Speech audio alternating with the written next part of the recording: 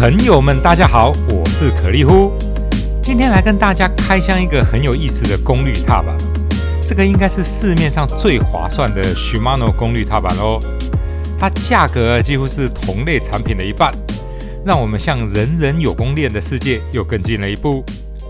那我们今天来好好观察一下这个踏板，也来聊一下我们一般人买了功率器是要怎么用。那先来看看这个有趣的产品本身吧。这个是意大利 Favello 牌全新上市的产品，他们家现在除了原有的 Look 系统，也新出了这个很多人都很期待的 Shimano 系统的。这个不是我的，因为我没多久前才刚买了他们家 Look 版的，但是因为觉得这个产品蛮有意思的，所以去借了一个来跟大家一起来研究研究。这个玩意其实非常的有趣，我是第一次看过这么有意思的包装。他们这个是一个只有轴的改装套件哦。这个轴就是 Assioma 功率踏板的核心，所有的电子零件都是在这个轴还有帕里面。您是要用自己的 Shimano 踏板来完成这个改装的，像是 R8000、R7000、6800、R550等等的。这个竟然是一组 DIY 改装套件哦，是不是太趣味啦？我是正好 Artegra 与105踏板都有，那我们用 Artegra 来改吧。按照说明书我们需要17与19mm 的扳手来做这个 Artegra 改装。如果是105踏板，则是需要加上不同的工具来拆。那我们先来把这个 Shimano Artegra 踏板给拆开。我们现在需要它的只有踏板的这个部分，轴是要用 Assioma 的功率轴。这个其实还蛮好拆的，并不是说要特别的用力。拆开之后呢 ，Shimano 踏板是这个样子的。然后我们把这个踏板部分给装到这个轴上面。说明书上写不需要抹油，直接装上去就可以啦。那就是这样子，直接套进去，直接把它给锁起来就可以了。这个也是很简单的锁，但是因为牙是很长的，所以是要锁蛮久的。好啦，这个样子就完成了。我们来把它跟原本他们家 Look 系统的比比看。最主要的就是踏板本身的造型是不一样的。这个是之前就有的 Look 版的，那这个是现在新出的 Shimano 版的。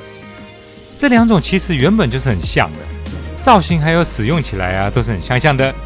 如果说您是只有一台自行车，或是有多双卡鞋那使用两者的其中一个都是没有差别的。主要是很多人有多台自行车，但是只有一双卡鞋，所以最好就是所有自行车都是装同样系统的踏板。以亚洲市场来说，Shimano 系统是比较普及的，所以这种 Shimano 功率踏板就很受到期待。那这个 Shimano 版的跟之前 Look 版的 Assioma 踏板几乎都是用一样的设计跟一样的科技。他们最特别的地方就是所有的电子零件都是在这个帕里面，这个踏板部分里面是没有电子零件的。这种设计的好处就是如果踏板受到损伤，就可以很容易更换零件。另外他们家这个踏板的充电方式也是很有趣的，就是用这个磁吸式的充电器来充电。这个充电一次可以使用50小时。这种充电式的确是还蛮方便用的。其实蛮久以前我也已经有 Garmin 的 Rally 踏板了。Garmin 是要换电池的。我觉得是各有各的好处我并没有说特别喜欢哪一种的。那我们把它拿来跟 Shimano 原厂的踏板来比较比较。这个是标准的 Shimano 公路车踏板，大多数车友车上装的就是这一种踏板。它的重量是128克，相比之下这个功率踏板是157克，所以这个功率器让这个踏板重量多了大约30公克。另外在外观上面还有一个明显的差异你看，把这个功率踏板与 Shimano 踏板这样来比较一下，这个功率踏板是比较高的这个部分就会影响到 Q factor。简单来说就是左右脚之间的间隔会稍微的不同。一般 Shimano 踏板的 Q factor 是52到56mm 之间，这个 Assioma Shimano 则是65mm，就是说它比平常的还要多了1公分左右。从这个角度就可以很简单的看出来啦。很趣味的是他们家之前的这个 Look 系统的还是标准的哦。你看他们家 Look 系统的功率踏板跟 Shimano 原厂相比是这样，是跟一般正常踏板一样宽的哦。那再拿他们家 Shimano 版与 Look 版的相比，很明显的就可以看得出他们家 Shimano 版的高了大约1公分。那几何上 Q Factor 这个部分有影响吗？这个其实是一个争议性的主题哦。有人认为差一点点就会有影响，所以需要去微调卡鞋扣片的距离。这个我个人相信是多少有影响的，但是也有人主张是说没有太大差别。有一个论点来支持没有太大差别的这种说法，就是说我们一般公路车的 Q Factor 是15公分左右，单避震的 Cross Country 登山车呢则是17公分左右。而双避震的 Downhill 登山车则是19公分左右。那有很多玩家等级的车友同时会有这3种类型的自行车，那这些车之间的 Q Factor 可以相差到有4公分哦。因为我自己是有很多种不同车的，所以我其实也算是很能适应各种宽度的。但是即使是像我这么能够适应的哦，我都还是有感觉到宽度有差异哦。所以在这里要特别提醒一下车友，不是所有的人都可以适应宽度的变化的。如果您对这个部分有疑惑的话哦，那我建议您是考虑别款的，或者是像他们家 Look 版的，那就不会有这种疑虑啦。另外还有一种方式可以稍微修正 Q Factor， 就是从卡鞋扣片上面来调整，像是这样把扣片往外，就等于是缩小了踏板之间的 Q Factor。 那感觉上这么 Pro 的装备是要怎么安装与使用呢？我来做一次给还没有用过的大大看一下。其实是超级简单的，不管是安装还是配对都是。踏板的部分就是像一般踏板一样给它装上自行车。要注意的部分就是不能在 Pod 的部分施力。Pod 的部分是不能用力去转它的，就是用副的这个内6角扳手来把它锁好就可以啦。那这个样子就是它安装在自行车上面的样子。把它跟码表连接是像这个样子的。你到码表上面去找感应器，然后它就会出现这个Axioma踏板。码表本身就知道它是一个功率器，然后这个样子就连接完成啦。萤幕上可以设定的很简单，也可以很复杂。简单的话是像这个样子的，就是你在骑的时候可以看到即时的功率还有踏频。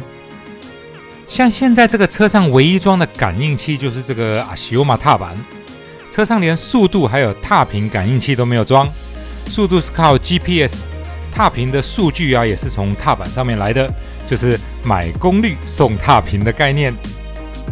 你也可以设定成这样子来显示百分比。简单来说，用百分比来显示的话，基本上有2种概念。第一种是配速，或者应该说是配瓦的概念，就是说在长距离或长爬坡的时候，用来安排保留多少体力的概念。另外一种是自我训练的概念，就是用保持在自己 FTP 的某一个百分比来看您是要加强自己的耐力还是爆发力等等的。那即使是像 Garmin E30 这样的小不点都可以连接这个功率器哦，甚至还可以 install 很厉害的训练页面。不过呢，在小不点上面我们就保持简单就可以啦。这个就是在小码表上面显示的样子。当然我觉得功率器对我们这种休闲骑的人来说，还有一个很不错的功能，就是不知不觉你会骑得更努力一点。举例来说同样在家里前面绕圈圈，有码表的时候就会比没有码表的时候骑得努力一点。那有功率器的时候又会比没有功率器的时候骑得更用力一点。简单来说就是这样。那除了看功率之外另外还有一个很基本的用处。平常来说卡路里的计算是靠速度、坡度还有体重、心跳这些数据来猜的，对吧？但是功率的瓦还有卡路里的卡，它们一样都是能量单位，所以把功率加到数据里面，卡路里就可以猜得更准啦。您看我在家里前面绕圈圈这样子绕一圈，因为装新的功率器，所以踩得比平常努力很多。码表显示我用到这样的卡路里，因为是连瓦数一起计算的，所以应该是蛮准的。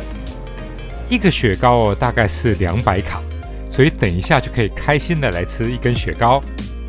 但是与其这样不如再多骑个几圈，等一下就可以一次吃2个雪糕。那最近也是非常流行 Smart Trainer 聪明训练台，但是我没有。那你如果跟我一样是没有聪明训练台的，就可以拿傻瓜训练台或者是飞轮车装上这个功率器来打游戏。那最后我们用这个新的功率器来打个游戏吧。上次我们是爬风柜嘴，但这个 Ruby 最多人玩的路线其实是这些欧洲路线，这些路线还是有 AR 的哦，就是有一个虚拟的小人，这个小人就是代表您。这条路叫做 Passo Sella， 风景很漂亮，算是这个游戏里大家很喜欢玩的路线。实际的位置在意大利北边，意大利北边的人也都很喜欢爬坡。我前几年也有去过这附近山上骑车。那现在唯一跟这个游戏连接的感应器就是阿西欧玛踏板，速度等等的都是用功率计算的。这个部分就是功率，踏频也是从功率器来的。功率器是大部分都有附加踏频的，像功率的公式是这个样子的 ：force 乘以 velocity。自行车的应用上面velocity 就是跟踏频相关的。简单来说踩得很快也可以让功率很高，不一定是要踩得很重。像现在就是轻轻的踩，但是踏频接近100，所以功率也有200多。那里面的小人就是看起来很轻快的在爬坡。那其实在室内骑车也是很惬意的，尤其是外面太阳很大的时候。这个爬坡大约是11公里，这种距离很适合稍微运动一下。那最后一段来个加速，你看现在踏频踩得很快里面的小人竟然也跟着回转速很快，感觉上非常的可爱。那经过影片的编辑很快11公里就骑完啦。经过这个小拱门就到达终点了。其实室内骑车是比室外容易累的，很快就流汗啦。好啦，这个就是我对这个 Shimano 版的 Asioma 功率踏板的开箱与体验。功率器的价格最近是越来越亲民啦，从之前觉得只有职业运动员才会有的装备到现在是我们休闲骑的也买来玩。那请问一下各位大大如果功率器跟训练台2个只能先买1个的话，那你会先要哪一个呢？好啦，非常感谢您的观看，麻烦按赞来支持一下这个频道。还没订阅的大大也这次来按个订阅吧，拜拜。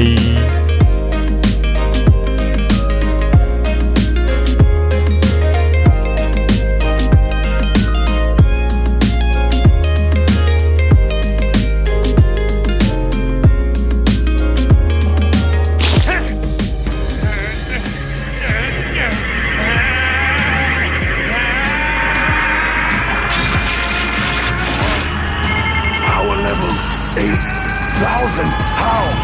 What's wrong with you? Tell me what his power level is! It's over 9,000!